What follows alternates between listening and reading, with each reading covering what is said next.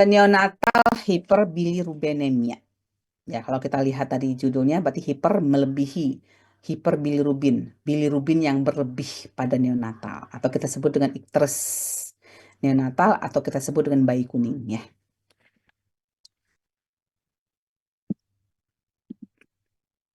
Jadi ikterus itu adalah kondisi yang ditandai dengan warna kuning pada kulit dan sklera bayi akibat peningkatan kadar bilirubin dalam darah. Kondisi ini terjadi pada bayi baru lahir, fisiologi sebetulnya, tapi kondisi-kondisi tertentu itu kita sebut sebagai patologi, ya. Dan terutama fisiologi ini muncul kuningnya itu, entah itu pada kulit ataupun sklera, itu pada minggu-minggu pertama kehidupan bayi. Nih ya, jadi untuk ikterus ini atau hiperbilirubinemia ini terjadi pada minggu pertama kehidupan, terutama pada bayi kurang bulan, karena memang tadi surfaktan minimal kurang terbentuk, fungsi heparnya juga belum maksimal gitu ya, sehingga menyebabkan pada bayi yang prematur itu akan mempunyai resiko yang lebih tinggi terjadi dibandingkan dengan bayi yang matur, gitu ya. Batasan itu untuk warna kuning ini di kulit ya, kulit konjungtiva, mukosa, karena meningkatkan bilirubin darah. Secara klinis, ikterus tampak bila kadar bilirubin dalam serum itu lebih atau sama dengan 5 mg per dl. Gitu ya. Jadi sebetulnya bisa kita lihat kuning itu di fisiknya bayi atau kalau dalam pemeriksaan darah atau bilirubin itu ketika kondisinya kuning-kuning itu muncul ketika ketika bilirubin itu lebih dari 5 mg per dl. Penyebabnya bisa, kalau kita tadi mengenal ada dua, fisiologi dan patologi. Kalau fisiologi itu imatur, fungsi hati dalam metabolisme bilirubin. Jadi karena fungsi fungsi hati ya itu kan memecah bilirubin gitu ya. Itu fisiologi. Jadi memang karena itu gitu penyebabnya. Tapi kalau patologi itu bisa karena inkompatibilitas ABO, RH, defisiensi G6PD, sferositosis herediter atau heterohemolisis, gangguan hati, ya, kemudian infeksi kongenital atau TORCH dan juga gangguan metabolik seperti hipotiroid kongenital dan galaktosemia. 60% bayi cukup bulan terjadi ya. Terjadi pada bayi 60% cukup bulan, 80% pada bayi prematur. Dan fisiologi lebih sering terjadi pada bayi-bayi prematur, kalau patologi lebih jarang ya terjadi, tapi lebih berbahaya jika tidak ditangani dengan baik. Fisiologi. Fisiologi itu akan kuning, itu bayi prematur akan kuning pasti itu. Ya, akan sering terjadi. Patologi jarang sih sebetulnya, jika tidak ditangani dengan baik gitu ya. Klasifikasi kalau fisiologi itu muncul setelah 24 jam kelahiran. Jadi setelah 24 jam kelahiran, oh kok muncul kuning gitu ya. Setelah dicek darah, bilirubinnya nggak boleh melebihi 12 mg per dl pada bayi cukup bulan atau 15 pada bayi prematur. Menghilang dalam 1 sampai 2 minggu. Tentunya menghilang ini tidak dengan menghilang dengan sendiri, perlu ada upaya untuk menghilangkannya, seperti misalnya dijemur, ASI yang harus minum banyak gitu ya, untuk tadi mengeluarkan bilirubin yang pecah itu melalui urin gitu ya. Itu fisiologi. Nah, kalau patologi muncul dalam 24 jam pertama kehidupan sama ya. Tapi kadar bilirubinnya itu meningkat cepat. 5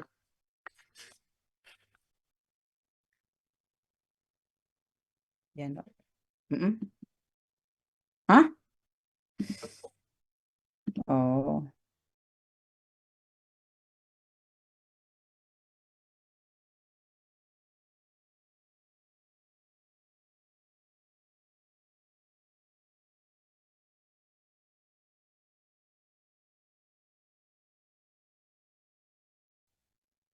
Kemudian bertahan lebih dari 2 minggu. Jadi kalau ini kan 1-2 minggu mah hilang fisiologi.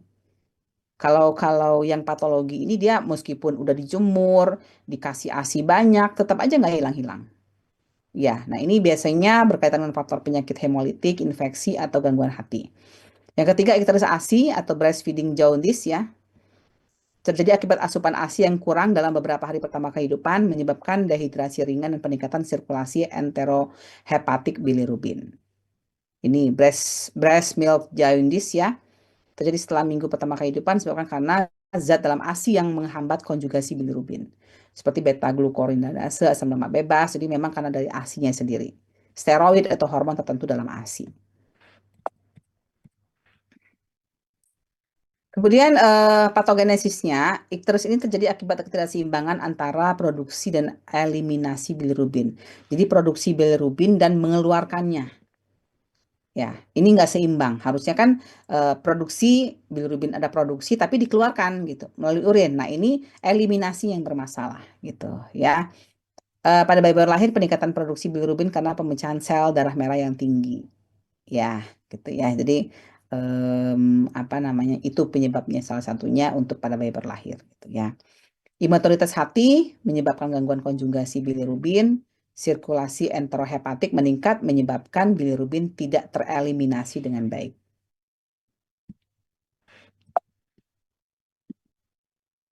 Ini gambaran metabolisme bilirubin ya. Metabolisme bilirubin. Nih, kalau kita lihat ya, sebetulnya ini ya, eh, luarannya ini bilirubin ya. Bilirubin itu bisa melalui urin atau bisa melalui feses ya, urobilinogen, nogen gitu ya. Jadi sistem apa namanya sistem RA ya, katabolisme sel darah merah, dia ada yang 75 melalui hem ya, protein. Ini diubah oleh hati, ini hati ya. Di hati bilirubin diubah di hati, retikulum endoplasmik halus ini kemudian menjadi glucuronil transferase, glucorinada, beta dan akhirnya bilirubin keluar. Harusnya begitu, ini metabolisme yang normalnya seperti itu. Nah, kalau terjadi suatu gangguan metabolisme berarti kayak kuning itu ketidakmampuan hati misalnya gitu ya, hepar ya tadi akhirnya nggak keluar gitu. Gitu ya. Ini gambarannya. Tanda gejalanya ya kulit ya, kulit sklera bayi berwarna kuning dimulai dari wajah ke tubuh bagian bawah. Jadi dari atas ke bawah kuningnya. Bayi cenderung lebih mengantuk dan lemah. Menurunnya frekuensi menyusui ya tadi ya karena mengantuk lemah dia nggak mampu untuk menyusu ya sering gitu ya. Jika berat bayi bisa mengalami letargi, hipotonus, kejang dan tangisan bernada tinggi. Tanda bahaya kalau tinggi itu dia tanda bahaya hati-hati kita harus melihat letargi, hipotonus, kejang ini jangan-jangan sudah pada turn terus ya.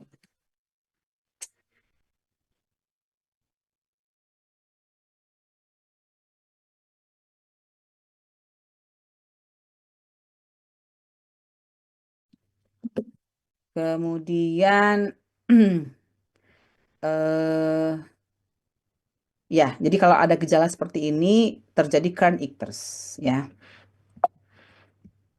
atau udah sampai ke otak. Resiko pada bayi, prematuritas, fungsi hati belum matang ya. Tadi seperti bukan prematur sering terjadi. Kemudian inkompatibilitas golongan darah ibu dan bayi, seperti ABORH ya, polisitemia, jumlah sel darah merah yang tinggi, kemudian kurangnya asupan ASI atau dehidrasi, riwayat keluarga ikterus berat, infeksi kongenital seperti TORCH, dan juga defisiensi enzim misalnya G6PD gitu ya. Ini kondisi bayi yang mengalami resiko yang lebih tinggi.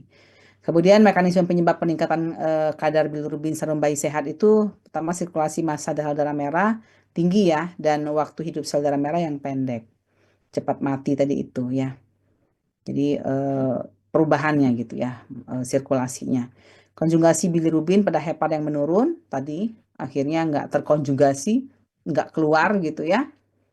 Kemudian sirkulasi enterohepatik yang meningkat sama ke fungsi hati, terdapatnya beta glucuronidase pada bras border usus halus. Nah, itu juga ini. Tanda dengan ini ya. Diagnostik anamnesis, riwayat ikteris sebelumnya ditanya, ada kemudian kelainan darah, obat-obatan, ketuban pecah dini, trauma, persalinan, asfiksia, infeksi ya, itu anamnesisnya. Kalau apa pemeriksaannya, tekan kulit dengan ringan, memakai jari tangan, Biasanya hari pertama itu hidung atau dahi yang ditekan, kuning enggak. Hari kedua tekan pada lengan atau tungkai. Hari ketiga dan seterusnya tekan pada tangan dan kaki. Ini pemeriksaannya. Diagnosis banding biasanya sepsis ya. Hiperbilirubin kan lemah juga ya. Nah, biasanya kita curiga nih jangan-jangan dia juga ada sepsis nih gitu ya, karena memang gejalanya lemah dan demam atau hipotermi. Hepatitis neonatal jangan-jangan hepatitis nih gitu ya, itu berkepanjangan takutnya dia tadi kayak fungsi hati atau hepatitis neonatal. Atresia bilir ya, iktus yang menetap pada lebih dari 2 minggu, feses pucat, urin gelap, hipotiroidisme kongenital. Ya, ada hipotoni dan juga konstipasi. Ini ya untuk pemeriksaan ikterus ya atau kuning itu. Jadi kita kenal ada 5 derajat ikterus ya. Untuk derajat 1 itu daerah kepala dan leher. Ini perkiraan kadar bilirubin itu cuma 5 ya, kepala dan leher. Kalau sampai badan atas dada itu 2. Itu biasanya 9 kadar bilirubinnya. Kalau 3 sampai badan bawah hingga tungkai kaki ya, itu 11,4. 4 sampai dengan daerah lengan, kaki bawah, dan lutut. Kalau sampai daerah telapak tangan dan kaki, itu 5 atau 16. Nah, ini biasanya sering keluar ya. Kalau kalian ujian-ujian tuh sering keluar ini. Ya, untuk apa ikterus ini. Ya, tanda Kramer ini. Misalnya kondisi bayi, kuning daerah sampai badan atas. Berarti dia 2, misalnya gitu ya. Gitu. Nih, ini lebih jelas gambarnya ya. Nih. 1, 2, 3, 4, dan 5. Hari pertama terlihat 2 tungkai. Gitu. Kalau untuk melihat pendekatan klinis dengan bilirubin, ini bisa kelihatan di sini umur, usia ini ya. Ini, ya. Perjalanan alamiah bayi kuning 90 jam setelah lahir. Kadar bilirubin serum total tergantung pada komposisi rasial, insidensi pemberian ASI, genetik, dan juga faktor epidemiologi. Berkaitan dengan pemberian ASI, tadi Ibu sampaikan ya, jadi memang kalau bayi kuning ini harus diberikan ASI sebanyak mungkin, sesering mungkin, dan dijemur untuk memecah tadi bilirubin tadi itu. Ya. Penyebabnya ya, kalau indirect neonatus, peningkatan produksi bilirubin, karena peningkatan penghancuran hemoglobin, peningkatan jumlah hemoglobin, peningkatan sirkulasi enteropatik. Kalau perubahan clearance bilirubin hati itu karena produksi atau aktivitas uridin, kemudian fungsi dan perfusi hati, dan juga obstruksi hepatik. Pencegahan yang bisa kita lakukan, pertama memang harus periksa golongan darah dan juga resus, karena tadi ya golongan darah itu mempengaruhi juga ya untuk terjadinya anak yang mengalami kuning. Minum 8 sampai 12 kali per hari. Terus harus dinilai setiap 8 sampai 12 jam. Kadar bilirubin harus diinterpretasikan sesuai umur dalam jam. Untuk kembali kalau dia sebelum umur 24 jam harus 72 jam. Antara umur 90 jam, antara umur 47 jam harus 20 jam gitu ya. Ini untuk pencegahannya. Ini zona risiko ya. 5 itu masih rendah ya. Ini kalau udah sampai 15 16 itu udah tinggi.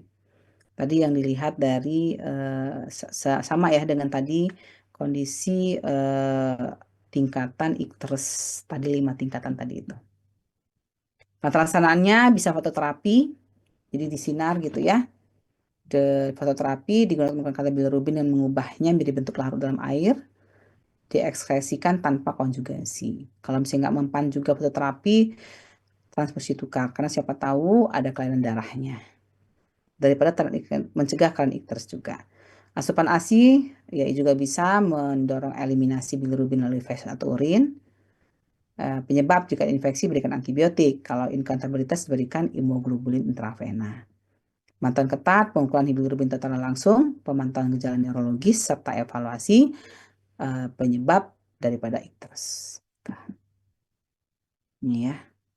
Ini penerapan fitoterapi pada bayi usia lebih 35 minggu. Ini petunjuk penata laksanaan hiperbilirubin bayi sehat ya. Ini kalau misalnya usianya itu 25 sampai 44 jam, kita fototerapi kalau dia 12. Tapi kalau 15 masih fototerapi ya. Kalau lebih 20 baru transfusi ganti. Gitu ya. Umur 49 sampai 72, ini juga ada tindakannya. Gitu ya. Ini petunjuk penelaksanaan hiperbilirubinemia berdasarkan berat badan. Nih kalau kurang bulan, nih ya fototerapi jika tadi ya kadar bilirubinnya ya. Kalau bayi misalnya bayi 2.500 gram, kalau 12 bisa fototerapi. Tapi kalau lebih tadi itu mungkin harus transfusi ganti. Lebih dari 500 gram ini ya bisa fototerapi, tapi kalau lebih dari itu bisa transfusi ganti. Gitu, ya. Kesimpulan, Icterus neonatorum adalah kondisi umum pada bayi baru lahir yang sebagian besar memang bersifat fisiologi, tapi ada kasus yang patologinya. Oleh karena itu penting untuk mengetahui dan mencegah agar jangan sampai terjadi patologi dan juga berakibat pada kondisi yang lebih lanjut ya, seperti Kern Icterus. Ya, karena kalau udah Kern Icterus bisa kejang, bisa meninggal gitu ya. Dan memang harus deteksi secara dini. Oke, demikian mungkin. Mangga, ada pertanyaan silakan.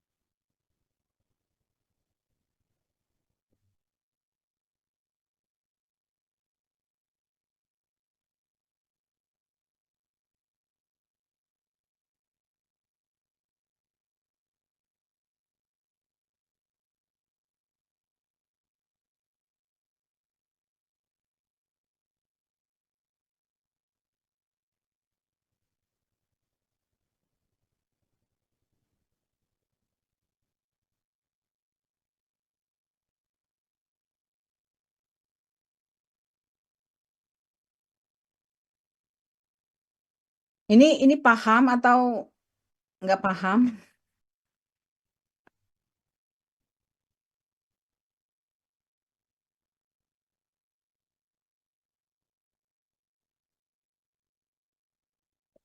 Hmm. Ini paham atau nggak paham? Bisa dipahami atau nggak dipahami?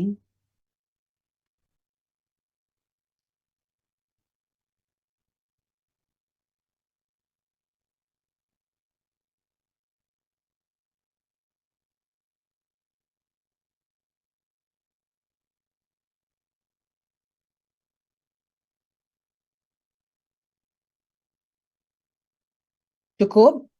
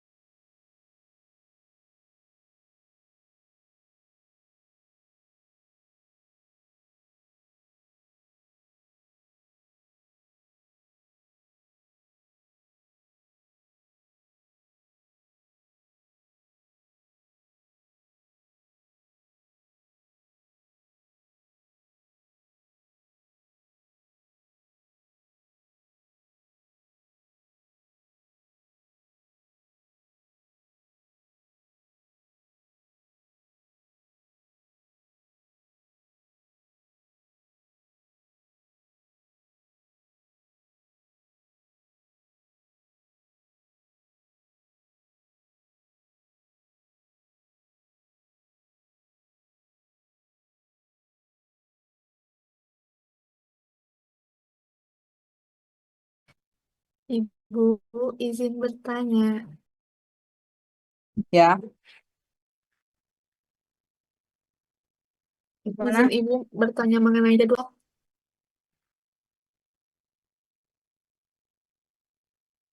Ya, halo. Izin Ibu mengenai jadwal besok. Kirain materi. Nah, jadwal besok kenapa?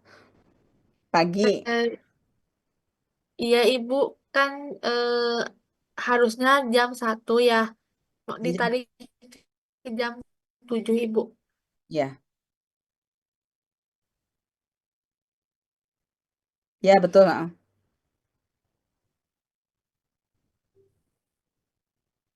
Halo, kok nggak ada suaranya lagi?